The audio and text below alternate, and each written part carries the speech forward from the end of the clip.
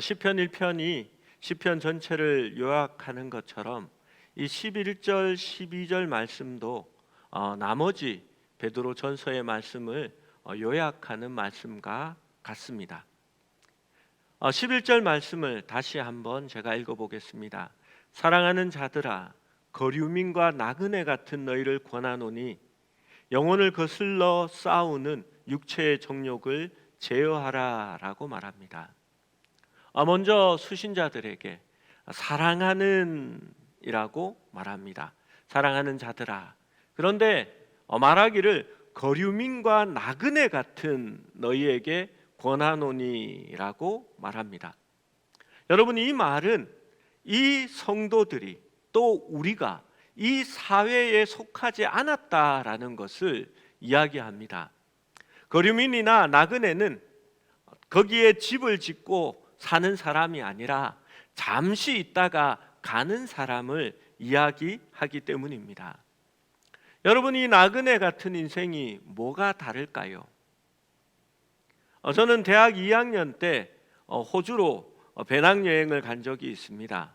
호주를 반바퀴 도는 일정이었고 시작은 시드니로 시작해서 이렇게 호주 동해안을 따라 위로 쭉 올라가서 케언즈까지, 호주 제일 북쪽까지 올라갔다가 다시 내륙으로 호주 반을 갈라서 이 에일즈락, 쿠버패티, 멜버른 그렇게 내려와서 다시 시드니로 가는 그러한 일정이었습니다. 시드니에서 위로 조금 올라가니까 파도가 엄청 높고 좋았습니다. 제가 그때만 해도 물을 참 좋아했거든요. 그것을 보니까 사람들이 서핑을 하는데 우리나라에는 서핑이라는 문화가 없을 때였거든요. 그게 너무 좋아 보이더라고요. 그래서 서핑 보드를 하루 빌려서 탔더니 이게 잘 안 됩니다. 그래서 오기가 나서 그 다음 날도 다시 서핑 보드를 빌리러 갔는데 실제 그 서핑 보드의 가격과 빌리는 가격이 이렇게 별 차이가 없었습니다. 한 8번 정도 빌리면 새 것을 살 만한 그러한 가격이었습니다. 그래서 내가 골드코스트로 가도 서핑을 할 거다 생각하고 서핑보드 하나를 큰 마음 먹고 거기에서 샀습니다. 나그네가 하면 안 되는 일이었는데 잘못 판단한 겁니다. 골드코스트에도 잘 놀았습니다. 그런데 다음 도시로 이동할 때에는 그 서핑보드가 사람 한 사람 몫의 교통비를 지불해야 됐고, 해안으로 가기 위해서 버스를 타도 사람 한 명의 비용을 더 지불하고 탈 수 있었습니다. 왜냐하면 이게 길기도 길고 부피도 차지해서 그랬습니다. 그리고 골드코스트에도 잘 놀았습니다.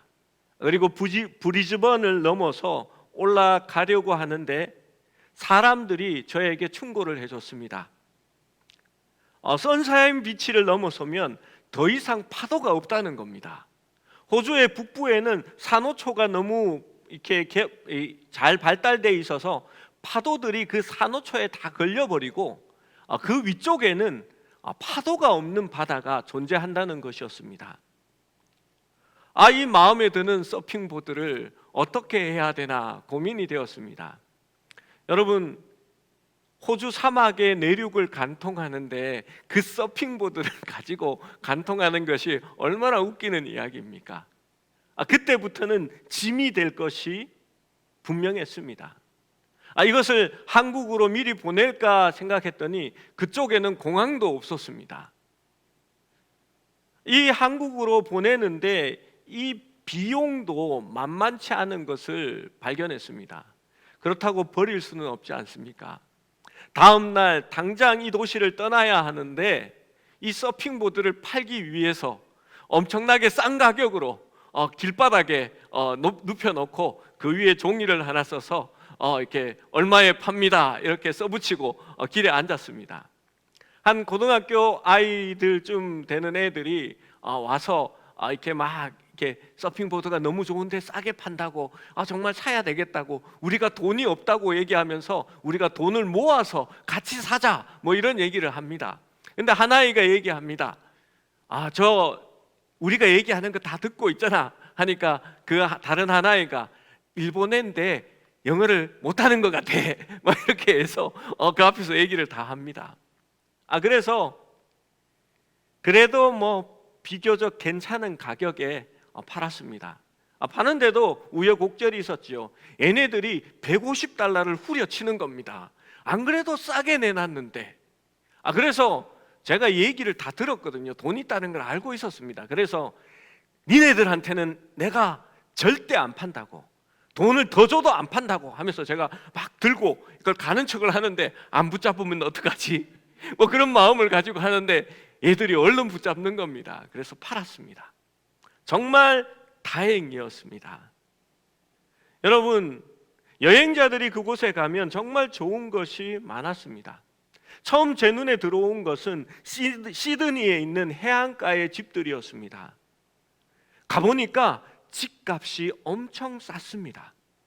그때만 해도 호주 사람들은 집은 사는 것이 아니라 렌트해서 빌려서 산다는 개념이었습니다. 시드니 교외에 작은 수영장이 달린 집이 한국 집값의 3분의 1, 4분의 1밖에 되지 않는 겁니다. 그 순간 제 마음에 이런 생각이 들었습니다. 집을 하나 사놔야 되는데, 그런데 집을 누가 관리하겠습니까? 저는 2달 후면 돌아가는데 그 집을 누가 살겠습니까? 내가 살지도 않을 집을 살 필요가 있을까요? 저는 그 나라의 시민권을 가지고 그 세상에 속한 사람이 아닙니다. 그냥 잠시 생각하고 마음을 돌려야 했습니다. 여러분, 왜 베드로는 우리가 나그네와 거류민으로 이 땅에 살고 있다라고 말했을까요? 제가 어릴 적에 많이 불렀던 찬양이 있습니다. 요즘은 유행이 갔는지 안 부르더라고요. 죄 많은 이 세상은 내 집안이네, 내 모든 보화는 저 하늘에 있네, 저 천국 문을 열고 나를 부르네, 나는 이 세상에 정들 수 없도다. 기억나시죠? 우리는 곧 우리의 본 나라로 돌아갑니다. 그래서 2절 말씀도 시작할 때에 너희가 이방인 중에서라고 말하고 있는 것입니다. 이 땅에 있는 강한 갈망들을, 그러한 세상의 욕구들을 제어할 수 있어야 여행이 된다라고 말씀하고 있는 겁니다. 육체의 정욕이 무엇입니까? 분명히 오늘 말씀은 나그네 같은 너희를 권하노니 영혼을 거슬려 싸우는 육체의 정욕을 제어하라라고 말합니다. 요한일서 2장 15절에서 17절 말씀은 이렇게 말씀합니다. 우리가 잘 아는 말씀인데 원래 문맥이 오늘 성경 말씀의 문맥과 똑같습니다. 같이 한번 읽어봅니다. 시작. 이 세상이나 세상에 있는 것들을 사랑하지 말라. 누구든지 세상을 사랑하면 아버지의 사랑이 그 안에 있지 아니하니, 이는 세상에 있는 모든 것이 육신의 정욕과 안목의 정욕과 이생의 자랑이니 다 아버지께로부터 온 것이 아니요 세상으로부터 온 것이라. 이 세상도 그 정욕도 지나가되 오직 하나님의 뜻을 행하는 자는 영원히 거하느니라. 우리가 잘 알고 인용하고 기도할 때마다 말하는 그러한 구절인데, 이 구절은 세상이나 세상에 있는 것들을 사랑하지 말라라고 하면서 세상에 있는 모든 것이 육신의 정욕과 안목의 정욕과 이생의 자랑이라고 말합니다. 그리고 분명하게 말합니다. 이 세상도 지나가고 정욕도 지나가되 하나님의 뜻을 행하는 자는 영원히 거한다라고 말씀합니다. 그렇습니다. 이 세상은 지나갈 것입니다. 그리고 이 땅에서 우리가 소유하고 있는 우리의 정욕으로 가졌던 많은 것들을 내버려 두고 가야 할 것입니다. 그리고 우리가 영원히 거할 곳은 다른 곳에 있다는 것입니다. 여러분, 사실 뭐 하나 가지고 갈 수 있으리라고 생각합니까? 비행기를 타면 한 20kg 정도는 다시 싸가지고 돌아갈 수 있습니다.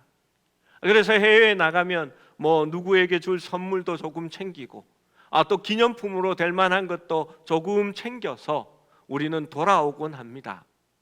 그런데 진짜 우리의 고향인 하늘나라로 갈 때에 여러분 뭘 챙기겠습니까? 여러분 1g도 챙기지 못할 것입니다. 신앙은 나의 육체의 정욕을 제어하는 것에서부터 시작됩니다. 그것이 바로 신앙의 시작입니다. 갈라디아서 5장 16절에서 17절 말씀은 이렇게 말합니다. 내가 이르노니 너희는 성령을 따라 행하라. 그리하면 육체의 욕심을 이루지 아니하리라. 육체의 소욕은 성령을 거스리고 성령은 육체를 거스리나니 이 둘이 서로 대적하므로 너희가 원하는 것을 하지 못하게 하려 함이니라. 여러분, 이 말씀은 두 가지 의미로 볼 수 있습니다. 우리가 원하는 육체의 소욕을 성령이 하지 못하게 한다라고도 볼 수 있는 겁니다. 여러분, 우리의 육체의 소욕을 어떻게 제어할 수 있습니까? 성령의 소욕으로 제어한다라고 말씀합니다.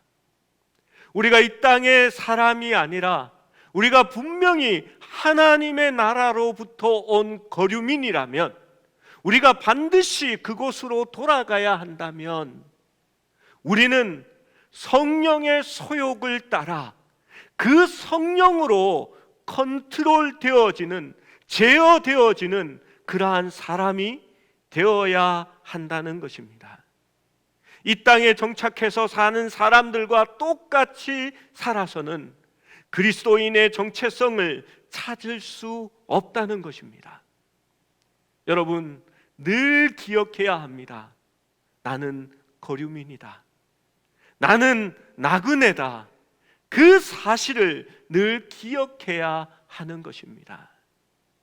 여러분, 영원히 여기에 살 것처럼 여기에 있는 많은 것들에 관심을 두고 묻혀 사는 것이 아니라 다 놓고 떠나야 하고 우리는 영원한 하늘을 준비하며 살아가야 하는 사람이라는 것을 날마다 기억하시는 여러분이 되시기를 축원합니다. 두 번째로 12절의 말씀을 보겠습니다. 12절을 같이 읽어봅니다. 시작. 너희가 이방인 중에서 행실을 선하게 가져 너희를 악행한다고 비방하는 자들로 하여금 너희 선한 일을 보고 오시는 날에 하나님께 영광을 돌리게 하려 함이라. 우리가 이후의 말씀을 살짝 엿보고 갔으면 하는 구절이 있습니다. 15절의 말씀도 함께 읽어봅니다. 15절입니다. 시작. 곧 선행으로 어리석은 사람들의 무식한 말을 막으시는 것이라. 말을 막으신다라는 이 단어는 헬라어 원문에 보면은 동물에게 입마개를 씌운다라는 그러한 의미로 사용됩니다. 적을 침묵하게 하는 것이요, 사나운 짐승을 제어하는 방법입니다. 그것이 바로 선한 행실이다라고 말하는 겁니다. 올겨울에는 참 눈이 많이 왔습니다.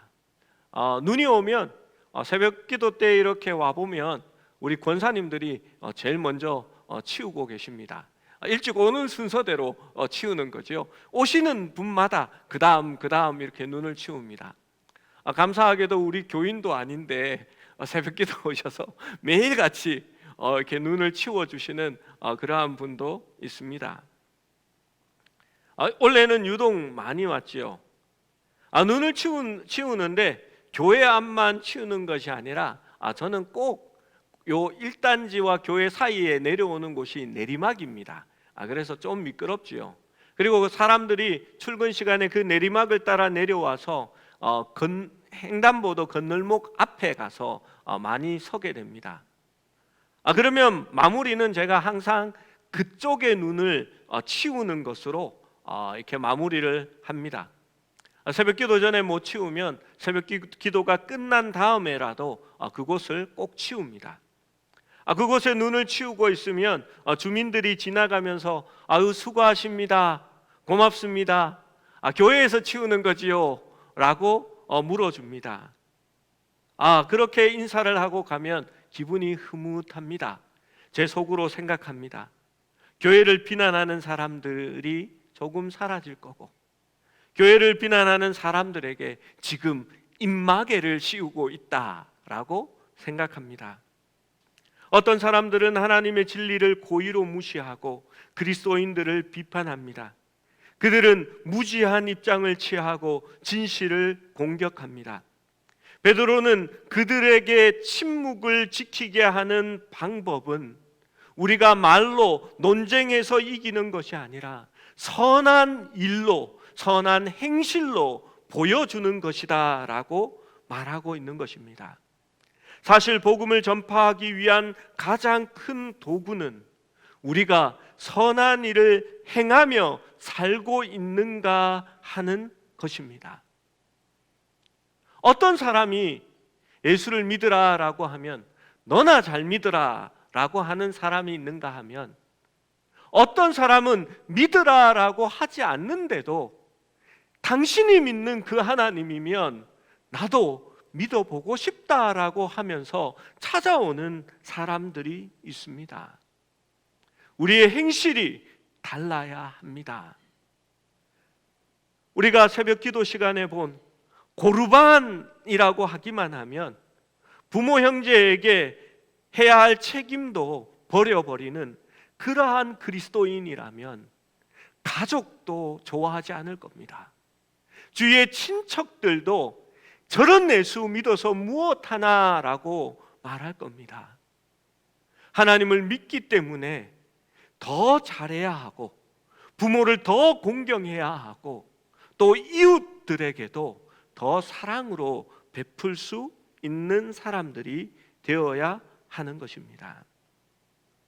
12절 말씀에 보면 너희가 이방인 중에서 행실을 선하게 가져라고 말합니다. 여러분, 분명히 이방인 중에서라고 말합니다. 어떤 사람은 교회에서는 잘하는데 밖에 나가면 완전 싸움닭이 됩니다.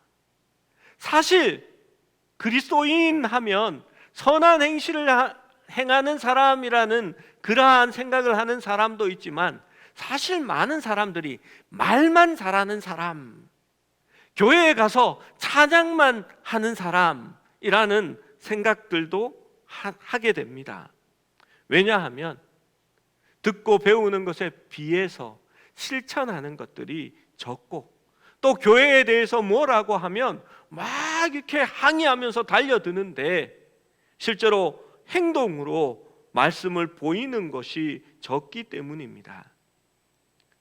그리고 선한 행실을 하는 것, 행실을 선하게 가지는 것이 우리를 비판하는 자들을 잠잠하게 하고, 또 그들이 하나님께로 돌이켜 주님 오시는 날에 영광을 돌리는 데까지 이르게 한다라고 말하는 것입니다.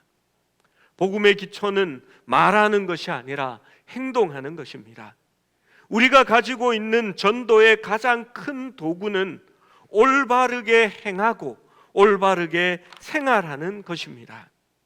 하나님을 믿는 사람들이 매일 교회에서 싸우고, 교회 앞에 가면 교회가 싸우는 것을 말리기 위해서 경찰들이 대기해 있고, 뉴스에서 날마다 목회자가 돈을 얼마나 횡령했는지, 도덕성에 반하는 그러한 범죄들이 날마다 나오고 있다면 누가 복음을 들으려고 하겠습니까? 스코틀랜드의 위대한 설교자 알렉산드 맥클라레는 다음과 같이 글을 썼습니다. 세상은 자신이 하나님의 가족에 속한다고 말하는 사람들로부터 하나님의 개념을 취하고 배우게 됩니다. 그들은 성경을 읽는 것보다 우리의 삶을 통하여 더 많이 읽게 됩니다라고 말했습니다. 사실 그들은 우리를 보고 예수 그리스도에 대하여 듣게 되는 것입니다. 요즘 식당에 가면 그리스도인들을 많이 만나게 됩니다. 교회 다니는 사람들이 다 식당에 있는 것 같아요. 사람들이 여러 명 와서 식사를 하는데 거기에 양복을 입은 한두 남성이 섞여 있으면 틀림없이 교회에서 온 사람들입니다. 호칭을 들어보면 목사님, 권사님 하면서 즐겁게 식사를 하기 때문에 금방 표가 납니다. 그런데 좀 부끄러운 점은 교회에서 온 사람들이 많이 시끄럽습니다. 식당의 분위기에 맞춰서 조용조용하게 좀 교제하고 이야기하면 좋은데 얼마나 크게 얘기하는지 이렇게 안타깝습니다. 그런데 더 불만인 점은요, 요즘 식당들이 인건비를 아낀다고 반찬을 셀프로 운영하는 그러한 곳이 많습니다. 교인들이 얼마나 봉사 정신이 친절한지 반찬을 먹기도 전에 이렇게 셀프 코너로 가서 막 이만큼 반찬을 막 가득 담아다가 섬기는 마음에 목사님 앞에 그걸 턱 내려놓습니다. 여러분, 그 목사님이야 아무 말도 못하고 이렇게 아이고 감사합니다라고 하지만 옆에서 다른 테이블을 보고 있는 제 입장에서는 그걸 누가 다 먹느냐라는 생각을 하게 됩니다. 아니나 다를까 결국은 반찬을 수북하게 쌓아놓고 자리에서 일어납니다. 여러분, 세상 사람들도 그렇게 하지는 않습니다. 말씀을 배우기 전에 먼저 기본 매너부터 장착해야 세상 사람들이 우리에게 손가락질하지 않을 거라 생각됩니다. 여러분, 그리스도인이기 때문에 작은 것 하나하나에서 나의 자유를 조금 속박하고 그리스도가 영광을 받으시기에 위해서 조금 더 다르게 생활할 필요가 있는 것입니다. 우리는 베드로전서의 배경을 잘 알고 있습니다.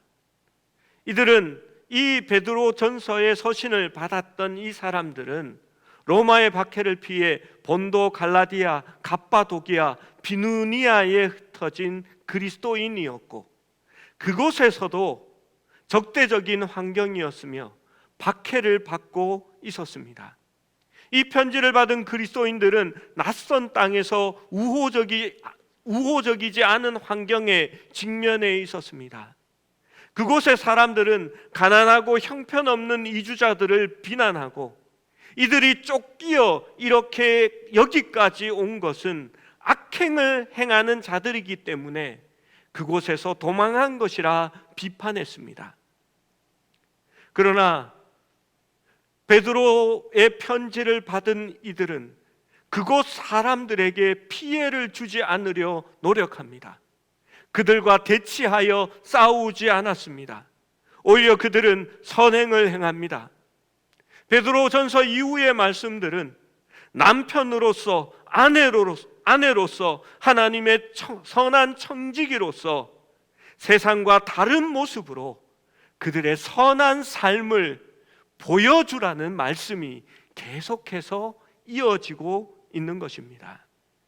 그래서 비판하는 그들의 입에 입마개를 씌우고 침묵시키라는 겁니다.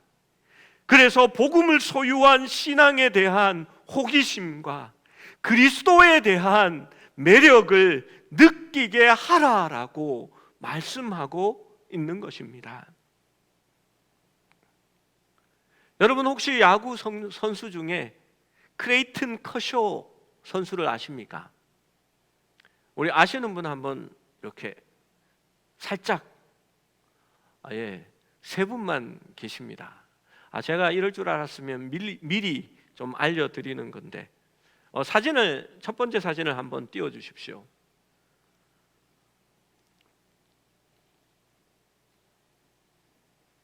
네, 두 개 한꺼번에 나와도 상관없습니다. 예, 뭐 제대로 뭐가 안 되는 모양입니다. 예, 나왔습니다. LA 다저스의 이렇게 선수입니다. 이렇게 면도만 하면 더 잘생겼는데 저 사람이 늘 저렇게 털복숭이로 그렇게 나옵니다. 크레이튼 커쇼는 2010년대에 유현진 선수와 함께 LA 다저스에 함께 있었습니다. 저는 그때에도 유현진보다는 커쇼를 응원했습니다. 유현진이 경기한 하이라이트는 보지 않아도 커쇼가 나온 경기는 그 하이라이트를 꼭 찾아봤습니다. 이 선수가 얼마나 오래 선수 생활을 하고 있냐 하면 LA 다저스 때 그 말 많이 하는 박찬호 선수와 함께 선수로 뛰었습니다. 박찬호 선수는 은퇴한 지 오래됐지요. 커쇼는 지금도 LA 다저스에 있습니다. 2011년에 그해의 가장 뛰어난 투수에게 수여하는 사이영상이라는 상을 수상했고, 내셔널 리그, 아메리카 양 리그를 통해서 유일하게 방어율이 1점대를 몇 년간 유지할 정도로 에이스 중에 에이스 선수입니다. 그런데 제가 주목하는 것은 이 커쇼가 신앙인으로도 유명한 인물입니다. 그는 경기 중에 기도하거나 인터뷰에서 하나님을 언급하는 차원을 넘어 선한 행동으로 신앙을 나타내는 선수입니다. 그는 2010년 12월 4일 결혼한 아내 엘렌 멜슨의 영향을 많이 받았습니다. 둘은 중학교 때부터 알았고 졸업을 하면서 서로 사귀기 시작했습니다. 이 커쇼의 아내 엘렌이 아주 신앙이 좋은 집안에서 태어나 신앙심이 좋은 자매였습니다. 일찍이 아프리카 잠비아의 고아 문제에 깊이 관심이 있었던 아내 엘렌은 2010년 커쇼와 결혼하자 신혼여행지로 호화 휴양지 대신에 잠비아를 택하여서 신혼여행을 갑니다. 커쇼는 이때 세상에 새롭게 눈을 떴다라고 말합니다. 첫 방문 후 커쇼는 엘렌과 특별한 인연이 있었던 호프라는 잠비아 고아 소녀를 위해 고아원을 지어주겠다고 하나님 앞에 서원합니다. 호프는 부모가 에이즈로 사망했고 자신도 부모로부터 에이즈를 받은 모태 감염자였습니다. 커쇼가 보이고요. 옆에 있는 백인이 커쇼의 아내 엘렌입니다. 그리고 잠비아의 아이들이 거기에 있습니다. 커쇼는 행동에 나섰습니다. 2011년 시즌부터 스트라이크 아웃 한 개당 $100를 기부금으로 내어놓습니다.